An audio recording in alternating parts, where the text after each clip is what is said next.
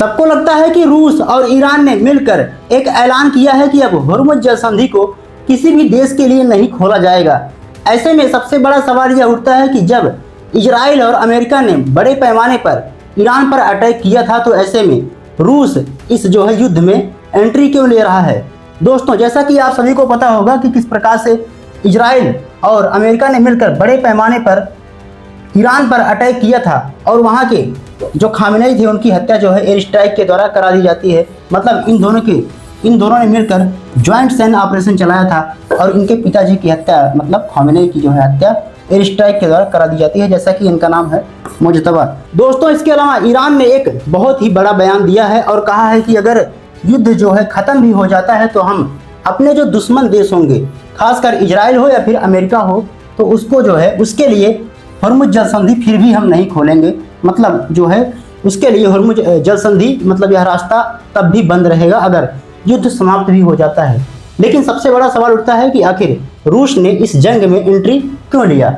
आखिर रूस ने ऐसा क्यों कहा कि हुर्मुज़ जलसंधि के लिए अब पूरी तरीके से, खासकर इजराइल और अमेरिका के लिए पूरी तरीके से बंद कर दिया गया है। और यह बयान रूस के राष्ट्रपति व्लादिमीर पुतिन के द्वारा दिया जाता है। लेकिन सबसे बड़ा सवाल उठता है कि आखिर रूस ने इतना बड़ा बयान क्यों दिया। जैसा कि दोस्तों आप सभी को पता होगा कि किस प्रकार से अमेरिका के राष्ट्रपति डोनाल्ड ट्रंप ने एक बयान जारी किया था और यह दावा किया है कि लगभग हम युद्ध को 2 से 3 हफ्तों में खत्म कर देंगे, और यह ट्रंप के द्वारा बयान दिया जाता है। लेकिन दोस्तों, सच्चाई यह है कि इजराइल ने अभी तक लगभग 12,000 से ज्यादा ड्रोन अटैक इजराइल या फिर अमेरिका के बेस पर किया है। ऐसे में अमेरिका के राष्ट्रपति डोनाल्ड ट्रंप बहुत ही ज्यादा भड़के हुए हैं। इतना ही नहीं, उन्होंने यह साफ कर दिया है कि हम आने वाले 2 से 3 हफ्तों में इस युद्ध को पूरी तरीके से खत्म कर देंगे और ईरान को एक स्टोन एज में, कहने का मतलब ये है कि पाषाण काल में, मतलब पहले की एज में लेकर चले जाएंगे। मतलब ईरान को पूरी तरीके से खत्म करने पर उतारू हो गए हैं ट्रंप। लेकिन सबसे बड़ा सवाल उठता है कि आखिर ट्रंप ने इतना बड़ा बयान क्यों दिया। जैसा कि दोस्तों आप सभी को पता होगा कि किस प्रकार से मुज्तबा इस रास्ते को, यानी कि स्ट्रेट ऑफ हुर्मुज़ पर अटैक करके इस रास्ते को पूरी तरीके से इन्होंने ब्लॉक कर दिया है। इसके अलावा यहाँ से जितने भी शिप गुजरते थे तो उनको पूरी तरीके से बैन कर दिया गया है, यहाँ से गुजरने नहीं दिया जा रहा है। इसके अलावा आप सभी को पता होगा कि लगभग इस रास्ते से दुनिया भर में 20% कच्चे तेल का एक्सपोर्ट होता था। इतना ही नहीं, भारत की अपनी तेल जरूरतों का लगभग 50% हिस्सा इसी रास्ते से होकर एक्सपोर्ट करता था, यानी कि मंगवाता था। लेकिन जब से यह रास्ता बंद हुआ है तो भारत में भी पेट्रोल क्राइसिस देखने को मिल रहा है और पेट्रोल के दाम में तेजी से वृद्धि देखने को मिल रही है। दोस्तों, इसके अलावा ट्रंप ने एक और बयान दिया था जिसके कारण ईरान भड़क गया था। उन्होंने कहा था कि हम ईरान के खार्ग आइलैंड पर कब्जा कर लेंगे। जैसा कि आप देख सकते हैं, यह पॉइंट है खार्ग आइलैंड का और यह द्वीप में है। कहने का मतलब यह एक आइलैंड है और यहाँ से लगभग ईरान का 90% तेल का एक्सपोर्ट यहीं से होता है और यह तेल खजाना कहा जाता है। मतलब ईरान की एक नस के रूप में काम करता है और ट्रंप इसी पर कब्जा करने की बार बार धमकी देते रहते हैं।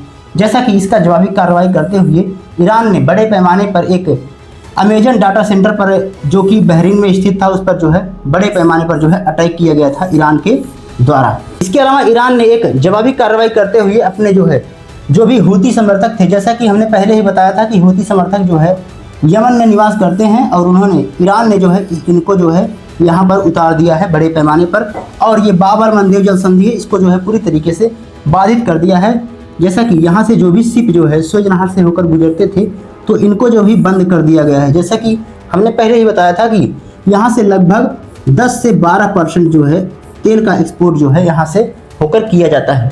ऐसे में यह रास्ता जब बंद हो गया है तो सबसे बड़ा सवाल उठता है कि आखिर भारत हो या फिर दुनिया भर में पेट्रोल कहाँ से आएगा, कहाँ से आएंगी गैस, यानी कि एलपीजी। क्योंकि दोस्तों, जिस प्रकार से रूस ने ईरान के साथ मिलकर यह बयान जारी कर दिया है कि किस प्रकार से आने वाले समय में पूरी तरीके से हुर्मुज़ जलसंधि पर कब्जा कर लिया जाएगा। ऐसे में जब ईरान ने इस स्ट्रेट ऑफ हुर्मुज़ पर कब्जा कर लिया है तो ऐसे में सवाल उठता है कि यह रास्ता बंद होने पर भारत पर इसका क्या प्रभाव देखने को मिल सकता है।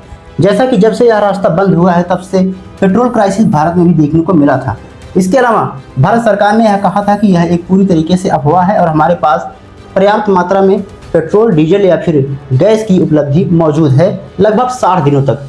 लेकिन सबसे बड़ा सवाल उठता है कि आखिर 60 दिनों के बाद सरकार कहाँ से आपूर्ति करेगी इन सभी चीज़ों की। बाकी दोस्तों कमेंट बॉक्स में अपनी राय जरूर बताइएगा। मिलते हैं अगली वीडियो में, तब तक के लिए जय हिंद जय भारत।